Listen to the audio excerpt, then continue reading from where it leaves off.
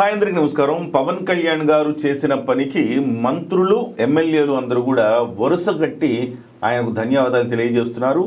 2123 కోట్ల రూపాయలతోటి 4007 కిలోమీటర్ల పాటు రోడ్ల నిర్మాణానికి ఆయన నిధులు మంజూరు చేయడం జరిగింది. 26 జిల్లాల్లో 1299 రోడ్లు అనమాట. దీనికి సంబంధించి మనం మాట్లాడుకుందాం. మనతో పాటుగా ప్రముఖ రాజకీయ విశ్లేషకులు చంద్ర శ్రీనివాస్ గారు ఉన్నారు. సార్ నమస్కారం అండి. నమస్కారం కిరణ్ గారు. సార్ ఏంటి, సహజంగా ఆయన పంచాయతీరాజ్ అండ్ రూరల్ డెవలప్మెంట్ మినిస్టర్గా గ్రామీణ ప్రాంతాల్లో రోడ్లు వేయడానికి నిధులు మంజూరు చేయడం ఆయన బాధ్యతే కదా. కానీ క్యాబినెట్ సమావేశానికి ముందు చూస్తే ప్రతి ఒక్కళ్ళు పవన్ కళ్యాణ్ గారి దగ్గరికి వెళ్ళి థ్యాంక్స్ చెప్తా ఉన్నారు. ఎందుకు ఇలాంటి పరిణామం వచ్చిందంటారు? థ్యాంక్స్ చెప్పడమే కాకుండా పొద్దుతిరుగుడు పువ్వు, ఆయన కూడా ఆత్మీయ అలింగనాలు అంత అందరూ మంత్రులు అంతా గడి ఈ వాతావరణం ఎప్పుడు మనం చూడలేం.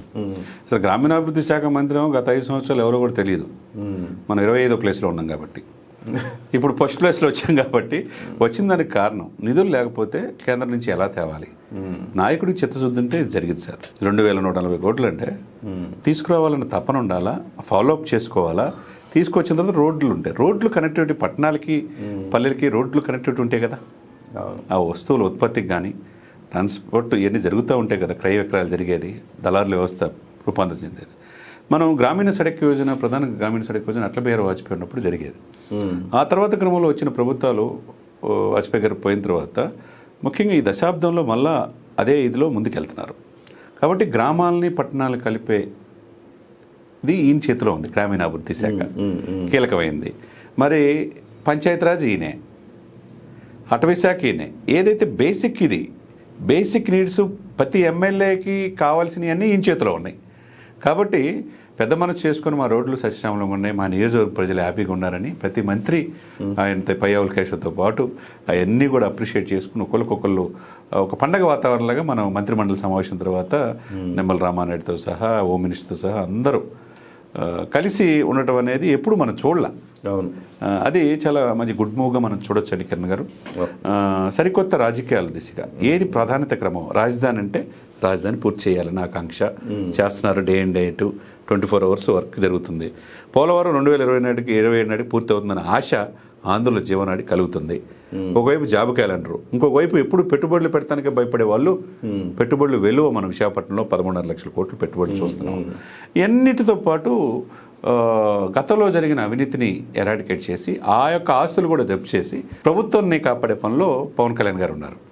ఇవన్నీ కూడా మంచి ఆలోచనగా, మంచి మూవ్గా మనం చూడొచ్చు అనమాట. ఓకే, అంటే పవన్ కళ్యాణ్ గారు ఇప్పుడు తెచ్చిన నిధులు గత ప్రభుత్వం తేలేకపోయింది అంటారా? అంటే ఆ ఆలోచన ఎక్కడుంది?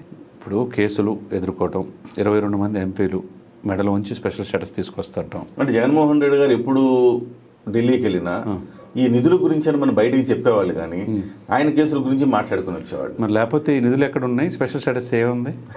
సుందరమైన పవన్ కళ్యాణ్ గారు ఎజెండా ఏం లేదు కదా, ఆయనకి ఏం లేదు కదా, ఆయనకి ఏం అవసరం కావాలి. సో ఎందుకు గత ప్రభుత్వం తేలేకపోయిందంటే రీజన్ ఇదనమాట. రైట్, ఇంకొక కీలకమైన అంశం కూడా సార్ ఇందులో. సో పవన్ కళ్యాణ్ గారు ఒకవైపు అంటే పల్లెలే పట్టుగొమ్మలు అన్నారు మహాత్మా గాంధీ గారు. సో పల్లెలు అభివృద్ధి చెందాలి, అభివృద్ధి చెందడానికి పవన్ కళ్యాణ్ గారు తనదైన శైలిలో వర్క్ చేస్తూ ఉన్నారు. మరోవైపు లోకేష్ గారు బయట నుంచి పెట్టుబడి ఎట్లా తెప్పించాలని తనదైన శైలిలో వర్క్ చేస్తున్నారు. చంద్రబాబు నాయుడు గారు ఓవరాల్గా విజనరీ కాబట్టి ఆయన వెళ్తున్నారు. ఈ త్రిమూర్తులు చాలా అద్భుతంగా వాళ్ళ బాధ్యతలు పోషించడం అనేది ఇప్పుడు ఆంధ్రప్రదేశ్కి ఒక వరంలా చూడొచ్చు అంటారా? అంతే కదా, అది కళ, డ్రీమ్.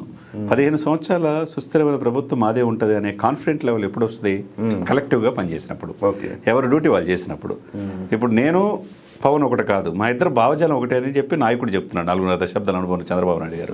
మా అన్న లేకపోతే ఏం లేదు, మా అన్న నేను ఒకటే అని చెప్పి తమ్ముడు లోకేష్ చెప్తున్నాడు.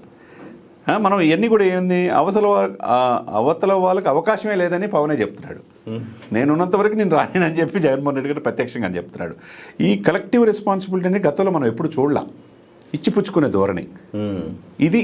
ఈ శాఖలో ఇలా చేయటం, ఇది కలెక్టివ్గా చేయాలి. కలెక్టివ్గా సెంట్రల్ నుంచి నిధులు కావాలంటే మనం ఢిల్లీ వెళ్ళి అడగాలి. ఆ విధంగా ఎవరికి వాళ్ళు మంచి వాతావరణంతో ముందుకెళ్తున్నట్టుగా కూటమి, అటు బీజేపీ కావచ్చు, ఇటు జనసేన కావచ్చు, ఇటు టీడీపీ కావచ్చు, కలెక్టివ్ రెస్పాన్సిబిలిటీ అని. ఈ మధ్య కొద్దిగా పెట్టుబడుల సదస్సుకు పవన్ కళ్యాణ్ గారు వెళ్ళలేదనేది ఒక నెగిటివ్ ఎప్పుడైతే వచ్చిందో, ప్రతిదీ కూడా ఎక్కడ కూడా అది ముళ్ళ ఇంకోసారి రిపీట్ కాకూడదనే ఉద్దేశంతోనే, సదుద్దేశంతో పనిచేస్తున్నట్టుగా క్లియర్గా ఈ ముగ్గురు మధ్య కనపడుతుంది అన్నమాట. Yes sir, thank you sir, thank you very much sir. మొత్తం మీదైతే పవన్ కళ్యాణ్ గారు రోడ్లకు మహర్దశ తీసుకొచ్చారని చెప్పాలి. గత ప్రభుత్వంలో ఎక్కడికక్కడ గుంతల రోడ్లు ఉండేవి. ఇవాళకి కూడా ఆంధ్రప్రదేశ్లో చాలా చోట్ల రోడ్లు గతుకుల రోడ్లతోటి బతుకులే దుర్భరమయ్యే పరిస్థితి కనపడతా ఉంది. ఈ నేపథ్యంలో పవన్ కళ్యాణ్ గారు ఒకవైపు ఇప్పటికే కొన్ని రోడ్లు అడవి తల్లి బాట ద్వారా కొన్ని 900 కోట్ల రూపాయలు మన్యం ప్రాంతాల్లో రోడ్లు వేశారు. ఆ తర్వాత చాలా ఉభయ గోదావరి జిల్లాల్లో కావచ్చు చాలా దారుణంగా ఉండే రోడ్లను చాలా వరకు బాగు చేశారు. ఇప్పుడు రెండో విడతగా దాదాపు 2123 కోట్ల రూపాయలు విడుదల చేసి 4007 కిలోమీటర్ల పాటు రోడ్ని మరింత అందంగా మరింత చక్కగా తయారు చేయడానికి ప్రణాళికలు అయితే రూపొందించారు. మరి చూద్దాం, ఇలాంటి అభివృద్ధి కార్యక్రమాలతో ఆంధ్రప్రదేశ్కు ఒక మంచి రోజులు అయితే రాబోతున్నాయని మనం అనుకోవాలి. నమస్తే.